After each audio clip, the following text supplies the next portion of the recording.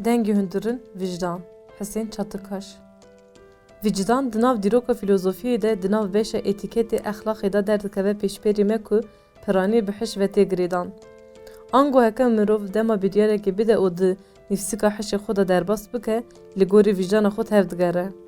Dema em berê xwe didin dîroka vê têgehê jî em ê gelek wateyên wîn cuda bibînin. Carnan weke dengê hundirîn, carnan jî weke dengê Xwedê hatiye pînasekirin. Ev her du watê jî didin nîşandan ku vicdan hem aliyekî wê yê olî hem jî aliyekî wê yê exlaqî heye. Li gorî hinek baweriyan vicdan dengê Xwedê ye. Ji ber wê yekî rêya ku vicdan dide pêşiya meriv, divê meriv pê bawer be. Li gorî hindiyan jî vicdan Xwedeyekî di nav hundirê mirovan da dijî ku meriv nikare wî bibîne. Di esê xwe da vicdan tê wateya cudakirina başî û xirabiyê. Ango vicdan dengê hundirîne ku di navbera başî û xirabiyê de rêya rast nîşanê mirovan dide. Lewra gelek kes li gorî vî dengî tev digerin û çalakiyên xwe pêk tînin. Ev di heman demê de exlaqê kesan nîşan dide. Exlaqê baş an jî exlaqê nebaşî bi xwe vî bî dengê hundirîn ve girîdayî ye. Heke meriv exlaq weke dengê civakî yan jî dengê giştî bi nav bike, vî demî meriv dikare vicdanê jî weke dengê kesa bi nav bike. Lê bêguman her du jî bi hev re eleqedarin û ji hev nequtin. Lê belê dema em li ser vê serdemê bifikirin, em ê bibînin ku weke gelek têgehan vicdan û exlaq jî rojane tên guhirtin û mirov li gorî dilê xwe wateyên cuda li wan bar dikin. Carnan mirov dema dixwazin qala vicdan û exlaqê dikin ku xwe diavêjin pişt perdeyên wan. Ango xwe dispêrin wan her du têgehan. Carnan jî vicdana xwe ker û kor dikin û li gorî dil û berjewendiyên xwe exlaqekî din ava dikin.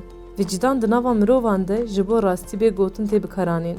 Kesek dema bixwaze kesên li hemberî wî wê rast biaxive jî, wî wê re dibêje destê xwe deyne ser vicdana xwe. Heke destê xwe deyne ser vicdana xwe û biaxife, hêwî jî heye ku wê rastiyê bibêje. Ango rastgo be. Dîsa di nav mirovan de bawerî pê heye ku kesê kesa vicdana wî wê nerihet be, nikare bi seriyekî rihet razê. Lewma dibêjin ku heke meriv bi seriyekî rihet razê, vicdana meriv rihet e. Ango meriv li gorî dengê hundirîn an jî dengê xwedayî tev geriyaye û tiştên baş rast pêk aniye, lê kesekî keseka bê vicdan ne li gorî vî dengî tev geriyaye. Lewra jî wî wê tiştên xirab ne rast pêk aniye. Li gorî diyalektikê tez û antîtezên dijberên hev carnan rê li hev teng dikin. Dema ez li ser dijbera ango antîteza vicdanê bifikirim, yekser tundî hat bîra min. Ji ber ku devera tundî lê li vir rê li vicdanê teng dibe. Devera ku vicdan lê bêguman rê li tundî teng dibe. Lewra em dikarin bibêjin ku vicdan û tundî li hev hez nakin û hev red dikin. Gelek caran tundî li zora vicdanê dibe û tena serê xwe li holî şiltazî dibîne ku bi destê bêwicdaniyan tê bikaranîn. Bêwicdan dibe ku carnan li gorî berjewendiyên şexsî û carnan jî li gorî netewaya devletaya xwe tev digerin. Kesên işkencekar jî wan kesan e ku vicdana xwe danîne aliyekî din. Vicdanê devletan qanûnin, lê qanûn jî di nav lepên desthilatiyê de ne. Lewma dema bixwazin li gorî dil û berjewendiyên xwe diguhirînin. Dexwe meriv dikare bibêje ku di wê rewşê de devlet bêwicdan e. Bêwicdanî bi xwe re bê exlaqî tîne ku ev jî li gel devletan tune ye. Ji ber ku qanûnên devletan şuna dengê hundirîn û dengê civakî digirin. Meriv dikare bibêje ku pergala devletên faşîst se dengê hundirîn dibe dengê nîjadperestan, dengê mafyayî. Dengê civakê jî dibe dengê piraniyê. Lê di mijarên vicdanê de cihê dengê piraniyê û dengê mafyayî tune ye.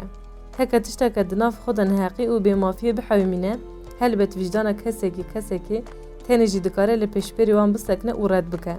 Ji xwe di rewşeke wiha da mafyê li hember derketina qanûnan jî li gorî vicdanê derdikeve holê. Kesên xwedî vicdan jî wê yekî dikin ku li gorî vicdana xwe tev digerin.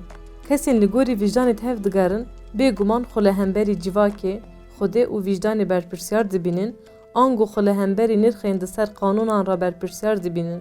Ji bo li hemberî van nirxan nekevin şermê yan jî suçdar nebin vê bêwicdaniya devletan red dikin. Lewra çalakiyên edaletê li dar dixin.